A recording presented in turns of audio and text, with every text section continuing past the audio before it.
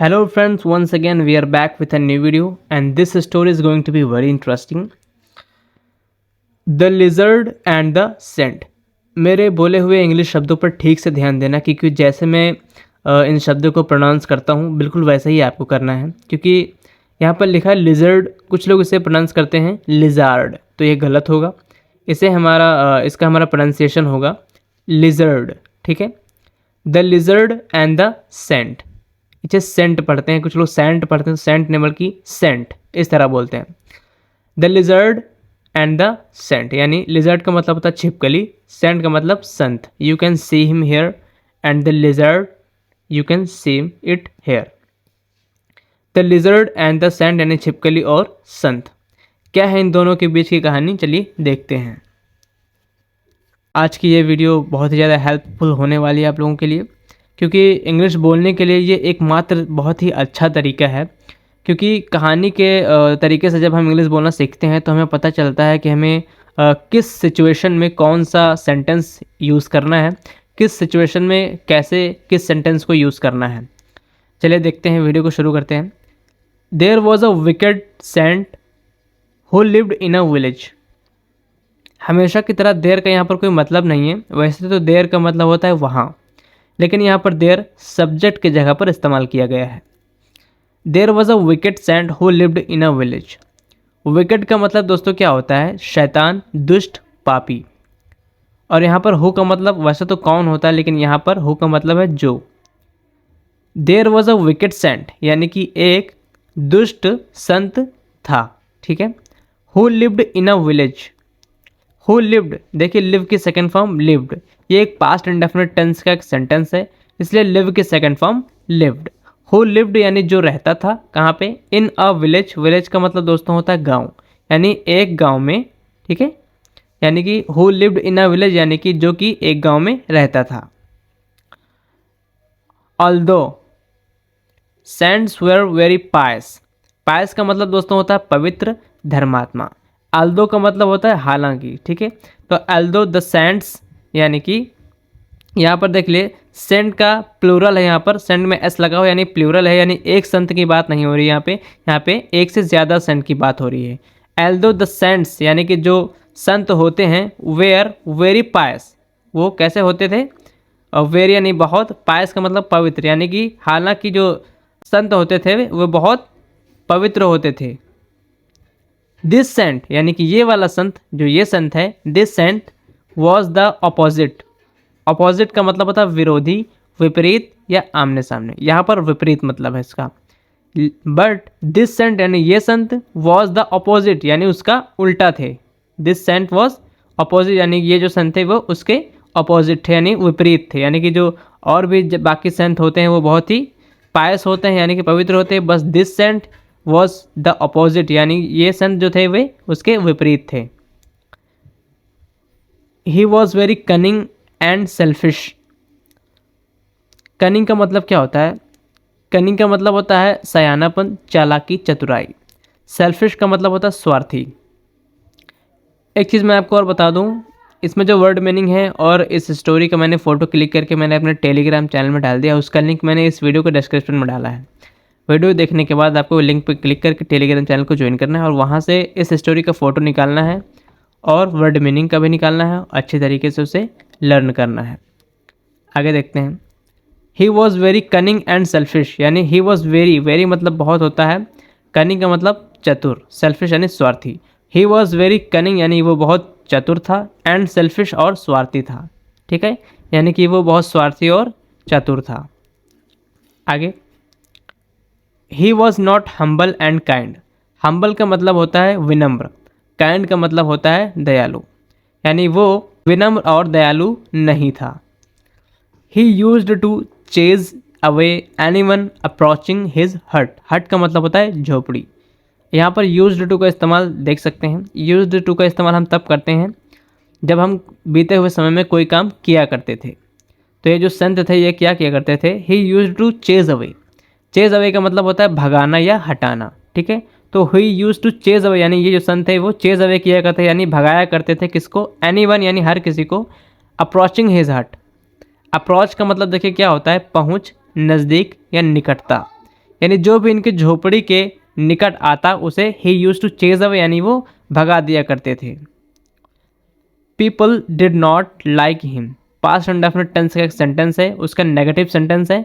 यहाँ पर आप देख सकते हैं डिड नॉट, और जब पास्ट इंडेफिनिट टेंस का कोई नेगेटिव सेंटेंस होता है तो वहाँ पर हम वर्ब की फर्स्ट फॉर्म का इस्तेमाल ही करते हैं, सेकंड फॉर्म का नहीं करते हैं। People did not like him, यानी लोग जो थे वो उन्हें पसंद नहीं करते थे। बट यानी लेकिन, they were afraid of his curses, लोग उन्हें पसंद नहीं करते थे, but they were afraid, afraid का मतलब होता है डरा हुआ। कर्सेस यहाँ पर आप देख सकते हैं ये प्लूरल में है, कर्स होता है, कर्स उसका मतलब होता है श्राप या श्राप देना। दे वर अफ्रेड यानी वो डरे हुए थे, यानी वो डरते थे। ऑफ हिज कर्स यानी उसके शाप से वे डरते थे। द सेंट वॉज एरोगेंट, इसे एरोगेंट नहीं एरोगेंट पढ़ते हैं, arrogant. The saint was arrogant with his powers, power यानी शक्ति, यानी जो संत था वो क्या था, एरोगेंट था। एरोगेंट का मतलब होता है घमंडी, पावर यानी शक्ति, यानी जो संत था वो घमंडी था। किस लिए घमंडी था, विथ हिज पावर्स यानी अपनी शक्तियों की वजह से वो क्या था, घमंडी था। आगे, वन डे यानी एक दिन, a lizard happened to fall from a nearby tree into his hut. A lizard happened, happen का मतलब होता है घटित होना, उसके सेकंड फॉर्म हैपेंड, क्योंकि सेंटेंस पास्ट इंडेफिनिट टेंस का एक सेंटेंस है। हैपन का मतलब होता है घटित होना, यानी एक लिजर्ड हैपन टू फॉल, यानी वो गिरी। फॉल का मतलब होता है गिरना, गिरती है, कहाँ से गिरती है, from a nearby tree. Near by मतलब नज़दीकी, ट्री यानी पेड़, फ्रॉम यानी से। From a nearby tree यानी कि एक नज़दीकी पेड़ से वो गिरती है। इनटू हिज हर्ट, उसके झोपड़ी में, संत के झोपड़ी में।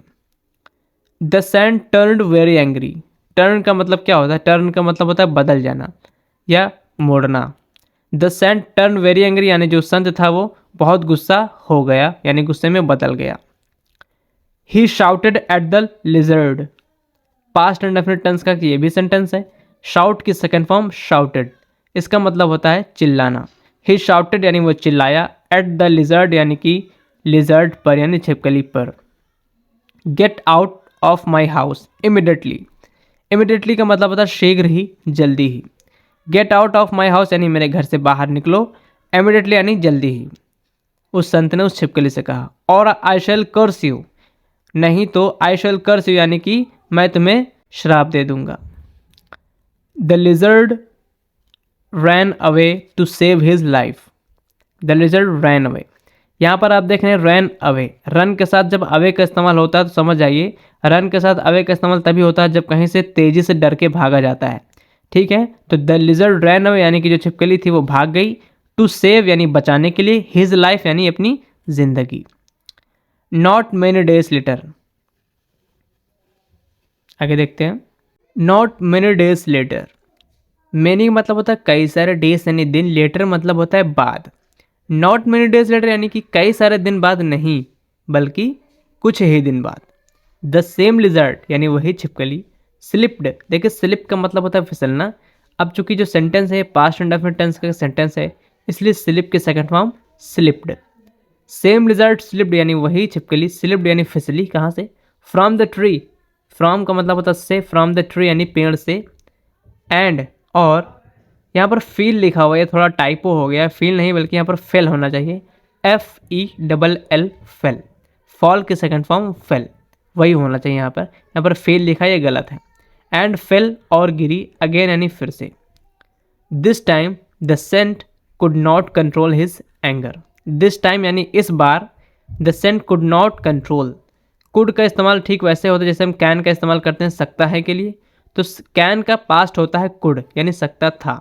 तो दिस टाइम यानी इस बार, the saint could not control, जो संत था वो कंट्रोल ना कर सका, क्या, हिज एंगर, हिज मतलब अपना, एंगर मतलब गुस्सा, यानी अपना गुस्सा न कंट्रोल कर सका। He took a big stone and threw at the lizard, he took, take का सेकंड फॉर्म टुक, जिसका मतलब होता है लेना। ही टुक यानी उसने लिया, अ बिग स्टोन एक बड़ा पत्थर, स्टोन का मतलब होता है पत्थर, एक बड़ा पत्थर लिया। एंड थ्रू, थ्रो के सेकंड फॉर्म थ्रू, जिसका मतलब होता है फेंकना। एंड थ्रू और फेंका, एट द लिजर्ड यानी कि छिपकली पर। The lizard was very active, जो छिपकली थी वो बहुत एक्टिव थी यानी बहुत सक्रिय थी। He ran fast escaped from the stone, he ran fast, he ran, run के second form ran, he ran यानी वो दौड़ी, फास्ट यानी तेजी से, एंड स्केप्ड, एस्केप होता है फर्स्ट फॉर्म जिसका मतलब होता है बचकर निकलना या भाग जाना, उसके सेकंड फॉर्म स्केप्ड यानी वो तेजी से दौड़ी और बच गई, कहाँ से बच गई, फ्रॉम द स्टोन यानी पत्थर से बच गई। हाउएवर जिसका मतलब होता है हालांकि। The saint was not lucky, जो संत था वो लकी नहीं था यानी भाग्यशाली नहीं था। The stone missed the lizard and rebounded, the stone missed, miss का मतलब क्या होता है चूकना, ठीक है। द स्टोन मिस्ड यानी जो पत्थर था वो चूक गया, द लिजर्ड यानी लिजर्ड पर वो पत्थर क्या चूक गया, नहीं लगा उसे, एंड रिबाउंडेड, ये रिबाउंड की सेकंड फॉर्म है रिबाउंडेड, रिबाउंड होता है फर्स्ट फॉर्म, और रिबाउंड का मतलब होता है टकरा कर लौटना, स्वयं पर प्रतिघात करना या उलट आना। The stone miss the lizard यानी कि जो पत्थर था वो छिपकली को चूक गया, नहीं लगा, एंड रिबाउंडेड और वापस लौटा। इट स्ट्रक, स्ट्राइक के second form struck, it struck यानी कि जिसका मतलब होता है स्ट्रक, स्ट्राइक का मतलब होता है मारना या चोट मारना। इट स्ट्रक यानी मारा इसने। द सेंट यानी संत को, right on his forehead, right का मतलब ठीक जगह पे, ऑन हिज फॉरहेड, फॉरहेड का मतलब होता है माथा यानी कि ठीक माथे पे मारा। And the saint fell down, और जो संत था वो नीचे गिर गया, इमिडिएटली यानी शीघ्र ही, फॉल के second form fail. Blood pouring from the wound, blood का मतलब होता है खून, पॉरिंग का मतलब निकलना, पॉर के ये आप देख सकते हैं ये आईएनजी फॉर्म है जिसका मतलब होता है निकलना या उड़ेलना। ब्लड पॉरिंग यानी कि खून निकलने लगा, फ्रॉम द वुंड यानी कि वुंड का मतलब होता है घाव, घाव को इंग्लिश में वुंड कहते हैं यानी कि घाव से खून बहने लगा। यहाँ पर स्टोरी खत्म होती है, स्टोरी काफ़ी शॉर्ट थी। नेक्स्ट टाइम कोशिश करूँगा कि काफ़ी लंबी वीडियो लेकर आऊँ और आपको बहुत ही डिटेल्स में समझाऊँ मैं। आज की ये वीडियो यहीं पे ख़त्म होती है, मिलते हैं अगली वीडियो में।